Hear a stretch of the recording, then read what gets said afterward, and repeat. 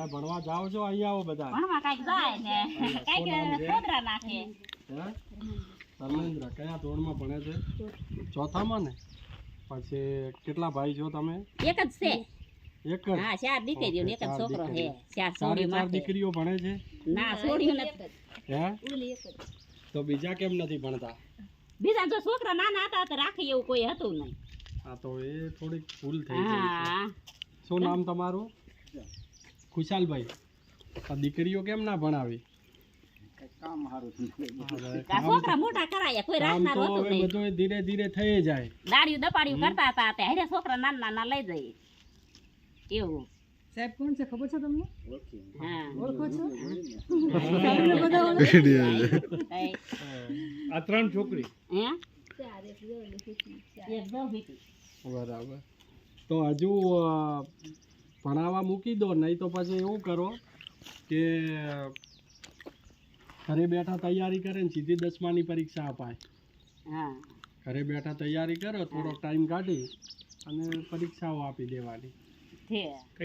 નોકરી બોકરી મળી જાય ને. હા, એ જ તમે 10 સુધી ભણ્યા હોય તો ક્યાંય આંગણવાડીમાં છે કે નાની એવી તો ભણ્યા વિના કશું છે નહીં. નકરા અમાર જીવન જો ના આવડતું માલના પોદરા જ નાખી. હા, એ નકરા માલના પોદરા નાખી અને નેણ વાટી એવું કરી પૂરું ભણવાનું હો. અને ગમ્યા સહયું કરવાનું થાય તો અંગોઠો જ દઈ ઓલું કઈ આવડે નહીં. બસ બસ. પછી રેશન કાર્ડ છે તમારે? અનાજ મળે છે પૂરું? કેટલું મળે છે? કેટલા સભ્યનું બધાનું નામ છે?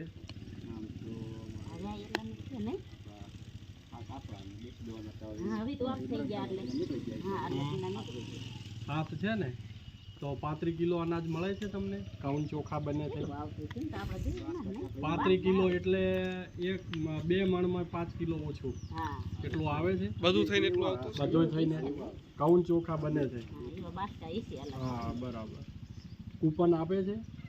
કૂપન પેલું ચીઠ્ઠી તમને જે પ્રિન્ટ નીકળે એ આપે છે તમને? ના, હાથે નહીં, પેલી પ્રિન્ટ વાળી કોમ્પ્યુટર વાળી આવે ને એવું નથી આપતા?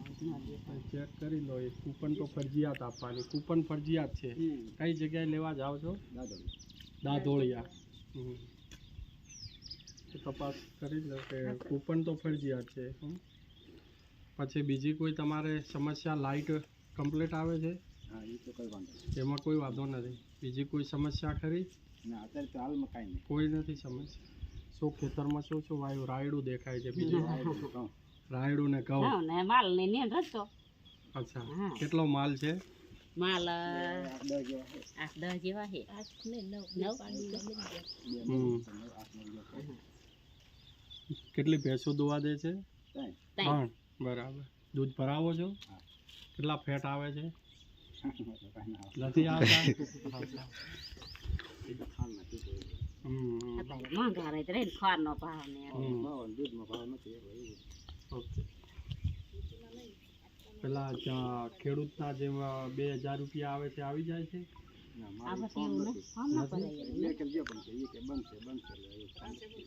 ના ના, એ તો તમારું નામ તો છે ને 7/12માં? નામ છે તો તમારે ખાતામાં આવવા જોઈએ. ખાતું છે બેંકમાં ખોલાવેલું? તો ભાઈ તમે લખી લો ના.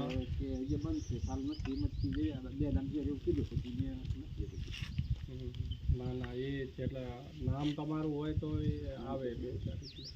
હમણાં કઈ ફેરફાર નથી કરાયો ને તમે? નામમાં કોઈ ફેરફાર કે એવું નથી કરાયું ને? નામ તો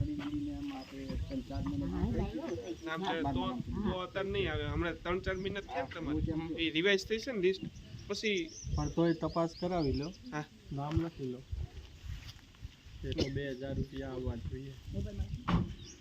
રૂપિયા આવે છે? નથી ખબર. મધ્યાહન ભોજનમાં શું જમાડે છે દિવસે? એટલે જમવાનું નાસ્તો બે ભેગું આપી દે કે અલગ અલગ હોય છે? હા, નાસ્તોય આવે છે અને જમવાનુંય આવે છે. તો પહેલાં જમાડે છે?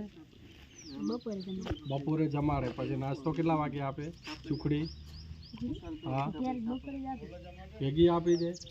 ના, ભેગી ના. સવારે આપે છે? ચણા ચણા આપે છે? મગ કે ચણા એવું આપે છે નાસ્તામાં આપે છે સવારે આપે છે કે જમવા સાથે જ આપે છે અલગ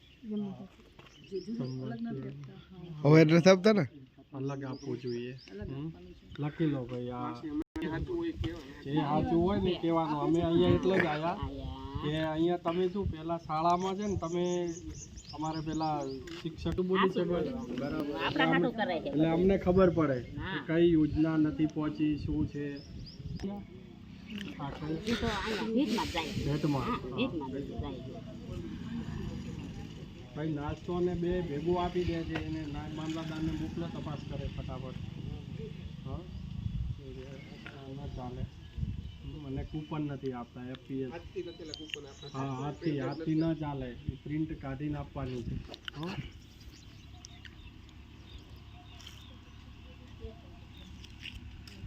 પછી બીજું ટોળના એ આવી ગયા ને કેટલા આયા 44,000 આયા હશે 44 આયા ને પછી તમારે જેટલા ભાગ પડતા હોય એ રીતે તમારી રીતે વેચી દેવાના. 44,000 એ તો ભાઈ ભાગો હા, પાડે ભાગો પાડો. બીજી કોઈ યોજના રહી જાય ને પૂછવાની અમને? 7-12 બધાનું ખાતું હાલ કેટલી જમીન છે તમારે ખાતે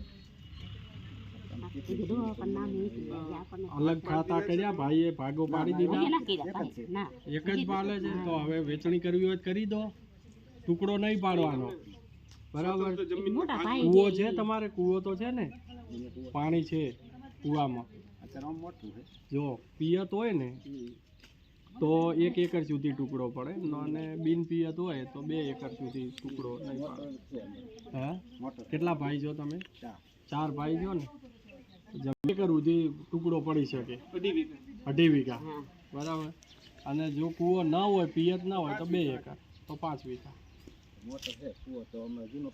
હા તો બસ ચલાવે પંપ બોર હોય ને એ ચડાઈ દેવાનો તમારે પંચાયત તમારામાં જ આવી જાય. અને બીજું કે જે ભાઈઓ ભાગે તમે હાલ દે કબજો ધરાવતા હોય ને એ રીતે માપણી કરીને એટલો જ લખાવાનો નહીં તો હરખી તમે અહીંયા કબજો હશે કોઈને વધારે કોઈને ઓછો અને બધે લખાવો હરખી કે 3 એકર બધાને 4 ભાઈને તો પછી ભવિષ્યમાં પ્રશ્ન થશે જે રેકર્ડ ઉપર હોય એ પ્રમાણે જ પછી આગળની પેઢી તો એટલો કે મારે 3 એકર બોલે લાવો 3 એકર રાખી હોય કોઈએ 4 એકર રાખી હોય એવું બની શકે જમીનની ફળદ્રુપતાને આધારે કોઈ ફોરી જમીન હોય કોઈ ભારી હોય સારી જમીન હોય એટલે સારી હોય જમીન એ વધારે ઓલી ઓછી હોય અને પેલી બિન ફળદ્રુપ હોય બિન ઉપજાઉ હોય તો એ વધારે આપી હોય હા એ રીતે જ હોય એટલે તમારે જેટલી હોય ને ખરેખર કબજો હોય ને એટલો માપણી કરીને એટલી જ રેકર્ડ ઉપર લાવવાની હા એટલે ભવિષ્યમાં તકલીફ ના થાય અને આવનારી પેઢી છે ને તો આવનારી પેઢી પાછું બરાબર તમારે જેવા સમજાવે તો કઈક બીજી થોડીક આવે. છોકરાઓને ભણાવો તો પછી એટલે આ છોકરાને આ દીકરીઓ ભાઈ બધા તમે ભણવા જો જતા રહો દાડી દપાડી કરતા હતા છોકરું કોઈ રાખી એવું હોય ને તે દીકરીઓને દીકરીઓને એમ કે રખાવો ઘરનું કામ એને હોય. દાડીએ જઈ કામ હોય તો એ તો કામ કરીને ભણી શકે ને ના ભણી શકે બરાબર તો દીકરીઓને ને દીકરાઓને બધાને ભણાવવાના એવું નહીં કે દીકરો ભણે દીકરી રહી જાય બરાબર દીકરી ભણાવશો તો 2 કુટુંબદાર છે એક તમારું એક સામે જશે ત્યાં પણ બરાબર હવે આ બધાએ પોડલા ઉપાડવાના નામ તેને બધું પછી નહીં તો આમાં નામાં રહી જશે અત્યારે તો જો ટેકનોલોજીનો જમાનો આવ્યો હે અમાર જે ભણેલા નહીં કાંઈ ના આવતા રીફીને પોદરા જ નાખી હા એવું થાય હા કેવું પડે હા ફોન લગાડો હોય તો તમારે કેવું પડે ને હા અમને અમને કેવું કાંઈ ના આવડતું કાંઈ નો હરખો હિસાબ કરતા આવડે તો ભણતરિયા લઈ જવું હિસાબે પડે ના રાખો તમે તો પાછો દુકાનેથી સામાન લાવ્યો હોય હા તો ન લખ્યો હોય તો પેલા પછી દુકાન શું લાવ્યું શું ન લાવ્યું પછી વધારાનું નાખી દે તો તમને ખબર ના ના ના કાંઈ ખબર પડે અમારે ગોળ કેટલો લાવ્યો ને તેલ કેટલો લાવ્યો સર સામાન બધું એટલે ભણેલા હોય તો બધું હા તમારી વાત નથી હાચી પણ આ પેલા ઓલા ઘોડે કામ હાટો ભણાયા નહીં હવે પસ્તાવો અમને થાય તઈ કાંઈ નહીં તમે તો રહી ગયા વાંધો નહીં પણ હવે છોકરાને ભણાવો ભણાવો બરાબર હાચી વાત તમારી તઈ ઠીક છે ચાલો બીજું પીછે આવી જવાનું હો હારું હાલ